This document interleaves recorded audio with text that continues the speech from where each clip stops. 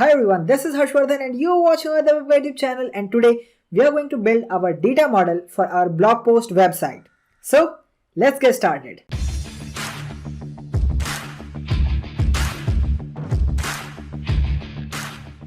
And if you have not yet subscribed, hit the subscribe button and also hit the notification bell icon so you don't miss any of our upcoming videos. Before we get started with the Django models, we should understand what models are. So for this, I will take you to the Django documentation website where they define what models are. So this statement, it contains the essential field and behavior of the data you are storing.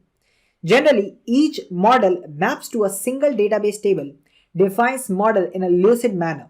So let me give you an example of our blog post website. So right here you can see we have a table. This is a table that you are expecting to be built in the database. It should contain all the information regarding a particular post. For example, everything about the title, slug, author, body, what was the publishing time, created time, updated time, and the status, whether it is draft or published. Okay. Now, what is this type? So remember here they say it contains essential fields and behavior of the data you are storing. Generally, each model maps to a single database table. So this is the table about which we are talking, and we define our model in Python so that it can be mapped to this particular table in the database. So right here, at first we will talk about this title column. This title column will have a character field. That means we will specify how many characters, let's say 50 characters long should be the title. Then it have slug field. That means in the slug column, it should store the slug of that particular post. Then we have author, that will tell us that who has created that particular post. Then we have body, that is a text field, because we have a lot of text in that. That's why we will define text field. Then we have publishing time, when that particular post was published. Created time, when that particular post was created. Updated time, when that particular post was updated. And the status, whether the post is a draft or published. Okay. Now this title, slug, author, body, publishing time, these are the columns. That will be the attribute when you are defining. So let me show you how you are going to do that. Okay, I will just take you right here in the my app, and here we have models.py. We will define class post. So right here you can see we should name our model as post. That's why I have written post here as the heading. In that post, it will be subclass from models.model. So we are subclassing post from models.model. Now, what all columns do we need? We need title. So we will say title is equals to models.character field. Character field, its snippet is showing me. And right here, we will define max length as 50.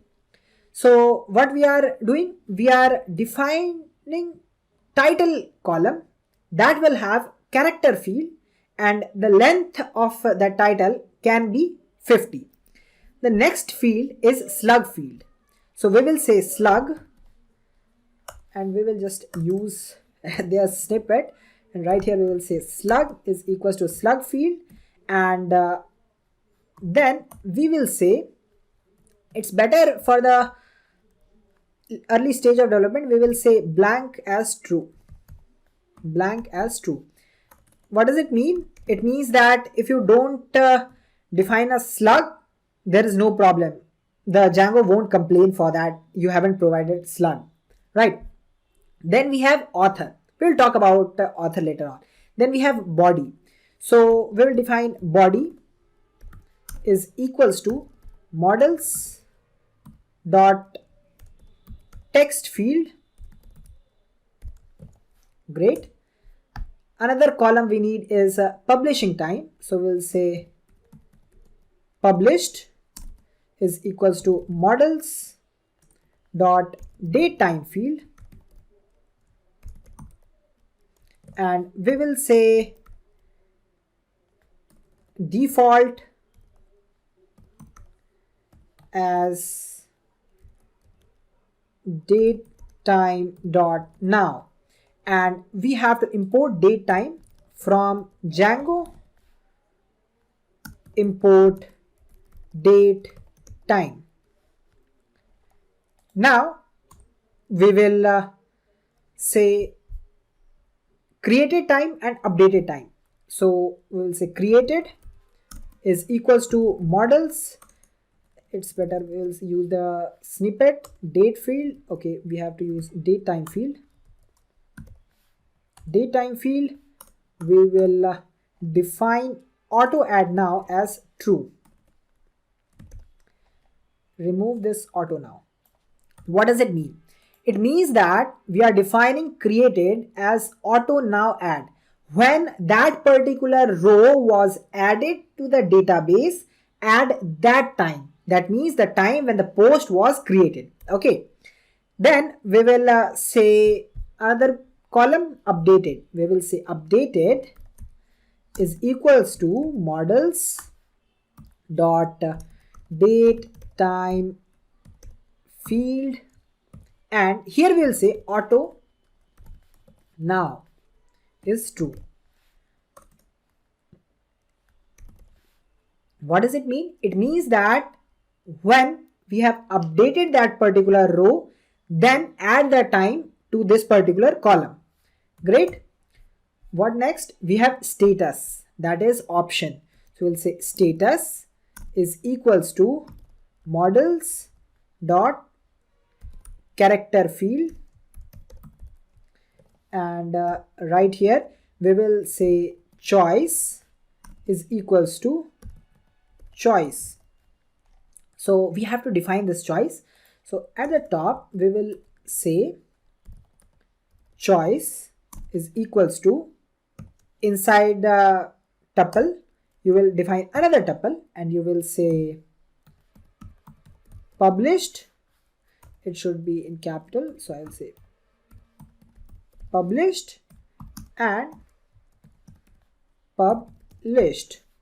So this published will be what should be shown in the user interface, and this is what Django should understand. That means we will for programming we will use smaller case, lower case, and another one we will say draft, and here we will say draft. Okay. Here also I would like to make some corrections. So as I told you that this one is used by the users and this one is what Django will use. No, this won't be the case. The first one, that means in that particular tuple, the element at index 0 will be used by the Django and the element at index 1 will be used by the user. Right, so this is what you will find in user interface, and this is what Django will use. How we will use that? We will use it in filters or get object. When we will do retrieve the object, then we will use that. Okay, we will talk about it later on, but remember that the first element will be used by the Django and the second one will be used by the user. Okay, that means that will be shown in the admin interface where we have to select whether it is draft or published. So there you will find everything written in small rather than in capital. We will rectify that in the next lecture. Great, save that. Now come back here. We have a column called author. Why do we need that? So that we can relate author and the post. We can tell who has created that particular post. So here you can see that I have written connected to user model. So in Django, just a second. So in Django, we have something called user model. What does user model have? it will have everything about a particular user. For example, username, it will have password, it will have email, and all other authentication thing, permissions, right? So all these information will be stored in the user model, right? Now we have to relate this particular post model with this user model. For this, we can use one of three different relationships. First one is 1 to 1. Another one is many to 1. Third one is many to many. Okay. Now one have to understand which relationship we should use. We will talk about these three relationships in later lectures, not now. I will just give you a brief example. But you should understand how you are going to build a relationship between these two models. And for this, I will be giving you an example and a trick that I use. Let's talk about 1 to 1. Okay, 1 to 1. Say we have a customer 1, C1. That C1 should have a passport P1. Okay. Then we have a C2 and that have passport P2. Now tell me, is it possible whether customer 1 have passport P3? Is it possible? It's not possible. What does it mean? It means that one customer should have only one passport, and one passport cannot be shared by two different customers. That means it's a one-to-one relationship. You have a passport table, you have a customer table from where you are connecting customer 1 to passport 1. So this relation is one-to-one. Let's talk about many to one. In many to one, let's say we have user 1. User 1 is writing post 1. User 1 again writing post 2. User 1 again writing post 3. Okay, this was one case. Next one, post 1 is written by user 1. Post 1 is written by user 2. Post 1 is written by user 3. Now tell me which of the two cases is correct. User 1 is able to write n number of posts, but it is not possible that one post is written by n number of users, right? That's why it's a many to one or one to many relationship. One to many. Okay, we have one user having various relationship in the other table, in the post table. But this is not possible. That's why it's a many to one relationship. In the third case, we have many to many relationship. Let's take an example. Say we have user 1 follows user 2. We have user 1 follows user 3. Okay. In the second one, we have user 2 follows user 1. User 2 follows user 3. In the third one, we have user 3 follows user 2 and user 1. Okay. So right here you can see all these relationships are possible. User 1 can follow two different users, and these two users, any one of them can follow n number of users. Correct? So this is a many to many relationship. In a many to many relationship, you have one from one particular table is connected to n number of rows from another table, and similarly from the another table, the first row is connected to with the n number of rows from the another table. I hope I can make sense what is many to many relationship. Let's take another example. Say we have relationship between customer and product. one customer can buy n number of products and one product can be bought by n number of customer. So this is a many-to-many relationship. But if you try the same thing for many-to-one, it won't be possible. One customer can, that means one user can write as many as post he want. But one post cannot be written by n number of users. So these kind of relationship where you have a relationship from both the tables, n number of relationship from both the tables, then it will be many-to-many. So for our case, it will be a many-to-one relationship. Many-to-one relationship. Okay. And to implement this, we have a foreign key attribute in Django. So let me show you this. I will say author is equals to foreign key. So right here we have models.foreign key and we have to define the model. So what will be the model?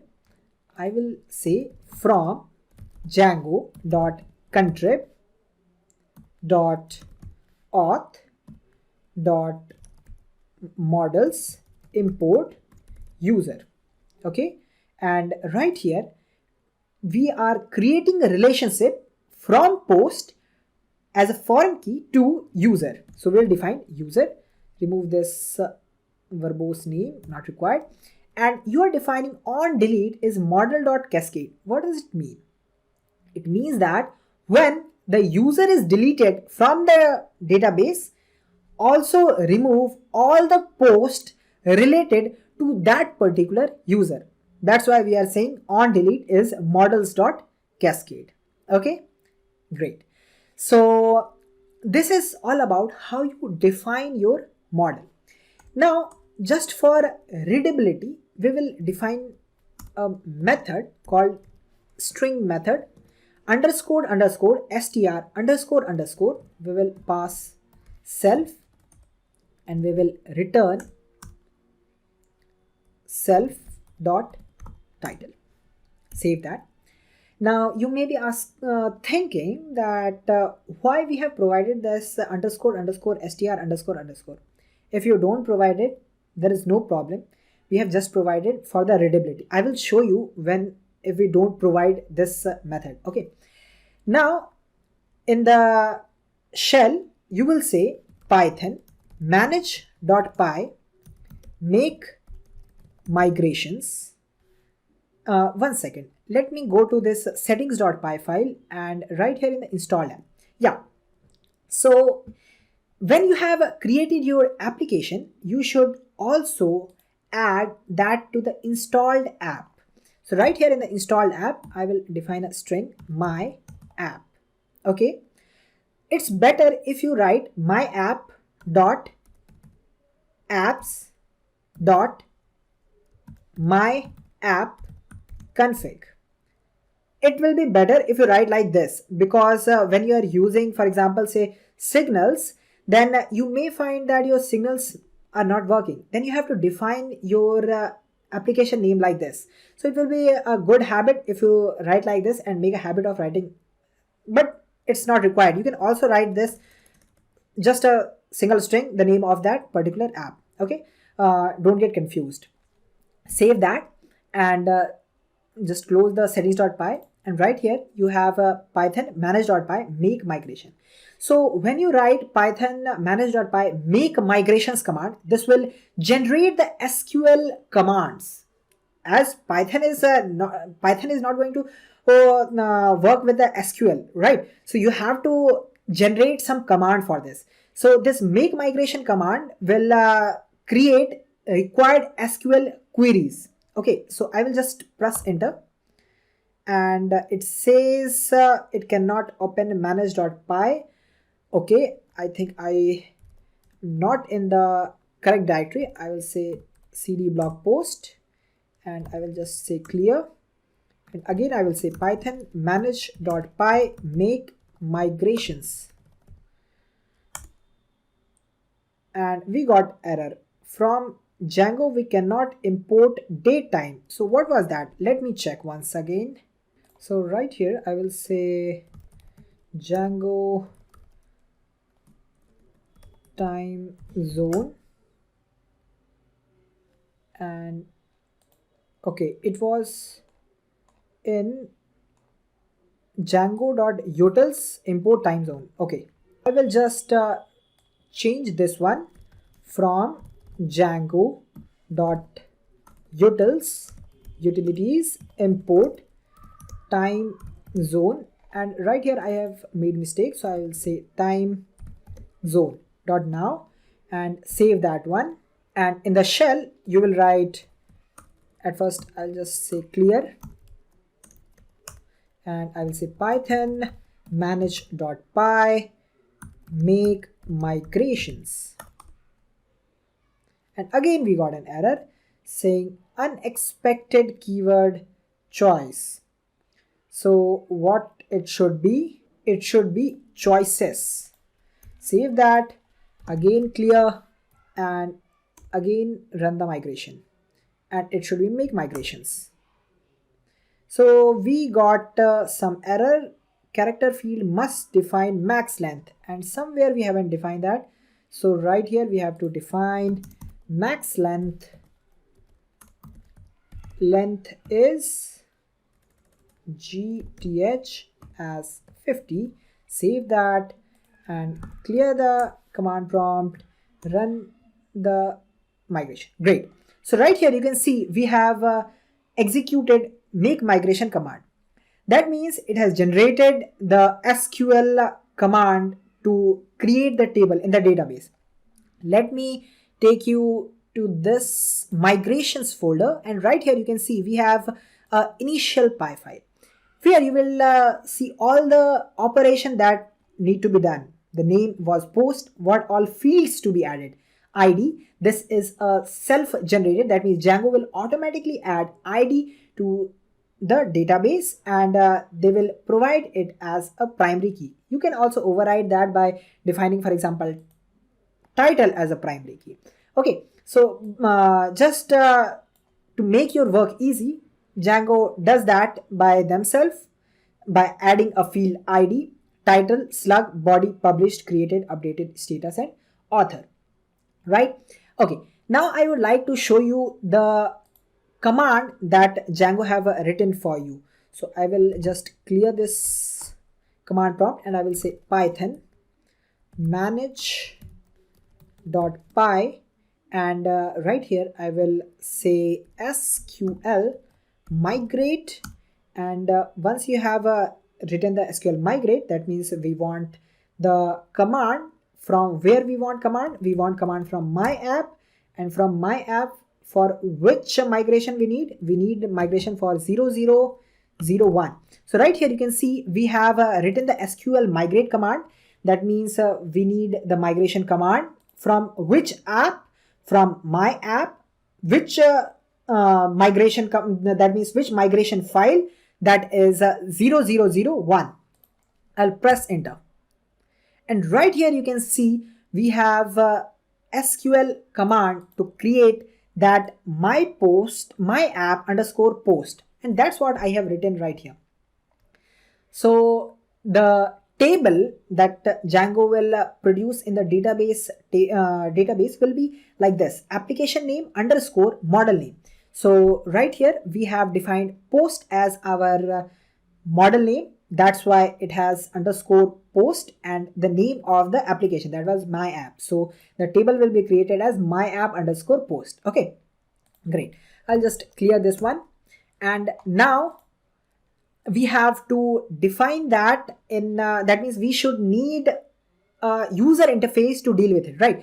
So for this I will just go in admin.py file, and I will say from dot models import post, and I will say admin, one second, admin dot site dot register.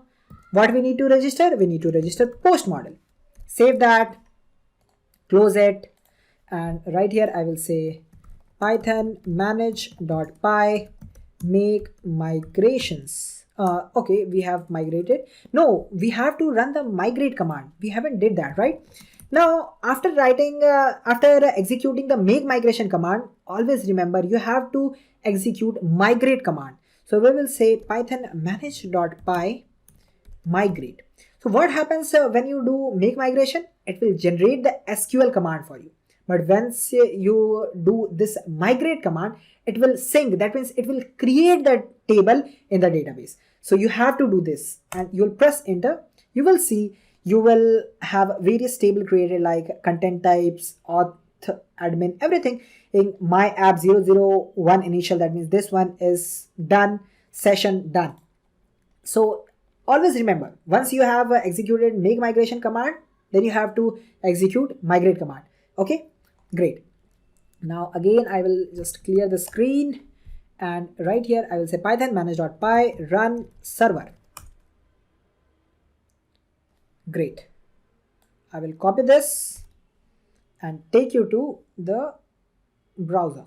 And here I will say localhost 8000. And this was the view we have created in the last lecture. And to have a user interface for your model, you should go to admin. Now we just remove this one and also this one. Now, do you have any username or password for this? No, you cannot access into the Django administration site. So for this, you need to create a admin password and username. So for this, you will write python manage.py. Now what you need to create? You need to create a super user, right? Create super user command. Okay, press enter. Now here we have to provide some username. I will provide Harsh. If you want, you can provide email address. For the password, I will provide some password. And if your password is too small or too common, then you will get these kind of message. You will just say Y if you want to skip, else you can create a strong password. And again, I will clear the screen. Now I will take you right here in this, and now once I have provided the username and the password, I will log in. And here you can see we have a site administration website where we have some groups, users, where you will have all the users present in that particular project. So I have only one user, Harsh, various permission group. And for example, you can add admin login entry. That means all the permission that you can handle for a particular user. Then for my app, we have an application called my app, and for my app we have posts table. And in this post table, I will just create add post. I will provide some title. For example, this is a title. This is post. Publish time will be this, and you won't see this created or that all things because they are created by default in Django at the back side. And whether it is published or draft, I will say it's draft. Who is the author? Author is Harsh, and I will say save. So here you can see that this is a title, is an object created in this particular table. So you can think it as a row. So in the row 1 we have this is a title. Okay, now another thing I would like to tell you. So here we will say this is title 2, this is post 2, published, author will be Harsh, and we should provide some slug. So we will say this is title 2. So there is some convention when you write slug. So for this I will take you to Django slug field, and they define what actually slugs. So either we can go right here, Control F, slug. So this is a short label for something containing letter, number, underscore or hyphen. What does it mean? It means you cannot have any special characters or space, right? So right here, I cannot provide ampersand or dollar anything. Nothing can be provided right here, right? Now you can provide the space like 4, something like that. And if you try to save that, you will get error. Please enter a valid slug. Okay. So I will just remove it and I'll save that. Done. Another thing I would like to show you is if we remove this str method from the models.py file. Now right here I will refresh this page, and here you can see that we have post object 1 and post object 2 rather than the name of that particular that means the title of that particular post. So post was the name of our model, the post object 1 and 2. That's why to improve the readability we provide this str method. And also remember, if you make any changes in the model, so here you can see I'm just changing Pythonic things, right? I'm changing the string method. It's not related to the database. It is not registered in the database. We are not manipulating that. If I remove this author column, if I remove this status, then I have to execute this make migration command and the migrate command. For example, if I remove this, I'll just comment that and I will save that, and I will refresh this. You can see that I don't have the particular column for what we have removed, the status one, right? So we don't have a status one, but if I try to create a new one, so we'll say add post, and we will say some post. Slug is not required. I won't provide that. This is post 3, author Harsh, save. Now you can see we got a error saying not null constraint field my app post dot status, right? So to tackle this, what we need to execute make migration command. Let me show you this one. I will say python manage.py make migrations. Okay, so here you can see what we have done. We have removed field status from post. So here you can see migration remove field, model name is post, name is status. Now once I have executed make migration command, I have to execute the migrate command. So I will say python manage.py migrate. Done. Now we need to execute this one. So I will say python manage.py run server. Great. Just refresh this one. Some post is added, right? And we don't have to provide any, we don't got any error. If I try to add one more, I'll say this is title 4, body post 4, author is again Harsh, save that, done, no problem, right? So that's what we need to understand about models. We will learn more about it as we progress through our project. So see you in the next one. Thank you for watching.